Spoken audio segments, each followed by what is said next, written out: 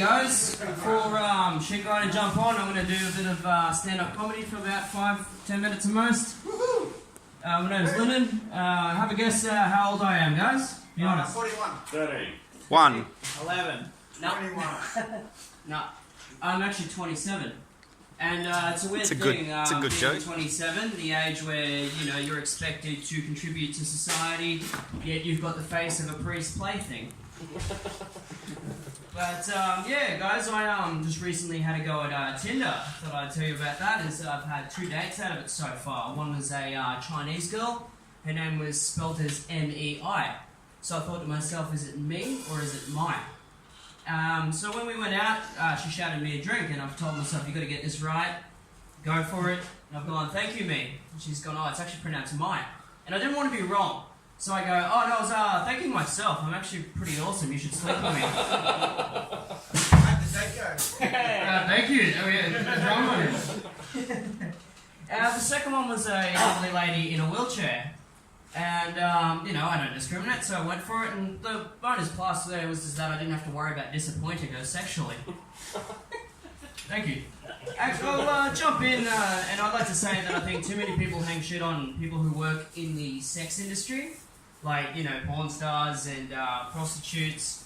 Like, a lot of people judge them for it. I think it's pretty unfair. I think it takes a lot of balls to do that work. But, see, one thing I've noticed that a lot of people who are working, someone got hit from behind with that one. Basically, a lot of people who put shit on people who work in the sex industry, they work in offices, you know, they work in jobs where basically you're getting fucked anyway, so why not literally get fucked for money, you know? It's an honest job, because we've all worked those jobs where you may as well let your boss come in and fuck you from behind. Like, without a condom, and, you know, maybe you might get a sick day out of it. Especially if he gives you something. But, you know, like, what's one of the most stereotyped things in, when you work in the office, especially when you see a female make a step up in the work, everyone's like, oh, she must have been giving head to someone in the works, you know, like someone high up, she's had sex with them or something, you know? How do you do that in the porn industry if you want to step it up? You can't really offer blowjobs, because that's, like, part of what the industry is. Do you have to do sort of office work based stuff instead? So whereas the office girl's like offering to give head to get somewhere, in the porn industry, are you offering to make someone's coffee to, you know, go from BDSM to, you know, double vaginal, double anal? You know, like, is that how it goes on? Is this like, you know, oh, I really need to step up and I don't want to take dick anymore, I just want to, you know, just go and go. And it's like, well, you better file out some paperwork for me then. And then I want you to take this little digit file here and export it for me. Is that how, you know, like in the offices there's a whole sexual misconduct, so people are saying, oh, this bloke, he was expecting me to do things to him, whereas in the porn industry it's like, yeah, he came in one day and he told me to add cream to my coffee and then make him one. Like, is it a role reversal? But we'll get off the porn. You gotta do that, it's not too good for you. I'll say that I gotta be honest with you guys, and I'm sure we're in Ipswich, you know, like Ipswich is known very well. When I moved up here, because I'm from New South Wales, people put a lot of shit on Ipswich, said it was dodgy. I don't get why. I actually really like Ipswich. You know, like, come on, how is it bad? You got Caboolture and Woodridge around, you know, come on, let's give some credit. But one thing I do love about Woodridge actually is there's not really many rich areas, and that's fine by me, because rich people are boring. They don't have any personality. One of the things with having a personality is, you know, you've got to deal with your hardships so you can harden up and become out as a decent person from it. Either that or you become a total nut job. But because I've learned that people who are the funniest people, and like you look at a lot of comedians, they're not mentally, you know, 100% there. And I find that Ipswich is just full of these characters because they're just, you know, they're on Centrelink and they're not rich. You know, the richest person in Ipswich is going through a KFC drive-through through a stretched limo, you know, and they've got a bottle of passion pop in the wine cooler. That's the most posh, you know, an Ipswich person can get. Whereas, you know, like, and that to me, that's funny to me.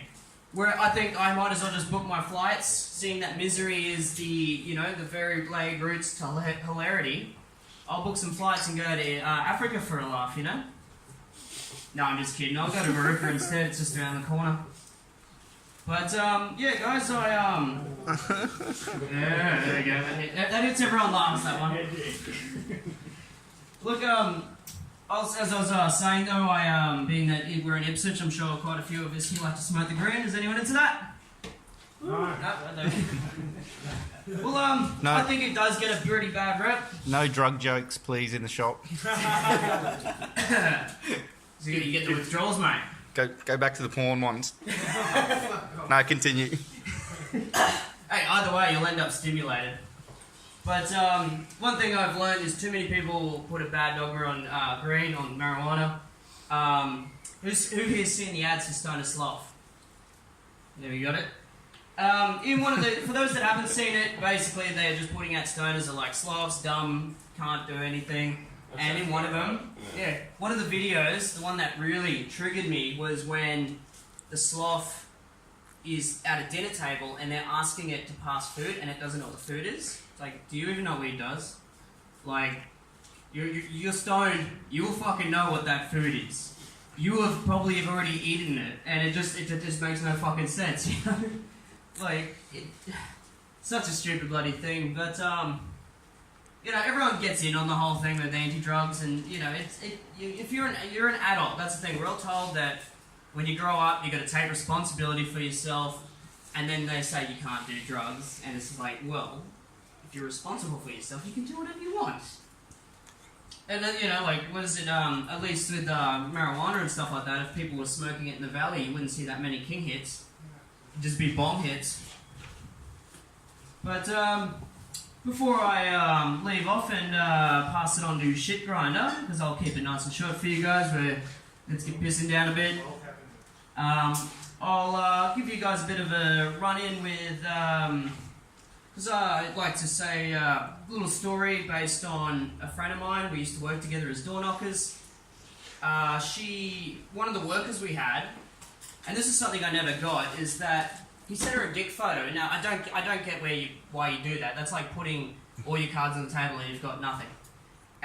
He sent her a dick photo, which is a clear indication that he was keen on banging her. And she sent him a text saying, look, I'm not interested, I don't want it, please don't send anything else. He sent her 5 more dick photos. And it was like, what, did he just go, oh, hang on, you haven't seen the right photo, hang on here, I'm squatting over it, and then here's from the left angle, here's my penis walking a dog in Paris, you know, and here's my penis saving a bunch of children from a burning fire, you know, like, you want it inside you. I never got that, like, it's just that macho thing that, you know, dudes think that every girl wants them, and it's not true. And I'll throw myself under the bridge, and I'll say that my first time was pretty shithouse. As a matter of fact, I was in a shower crying, there's blood everywhere. But, you know, let's just give credit when credit's due. Father Brannigan did make up for it, you know. Took me out for ice cream, promised he'd use lubricant next. And thank you very much, so catch you guys later.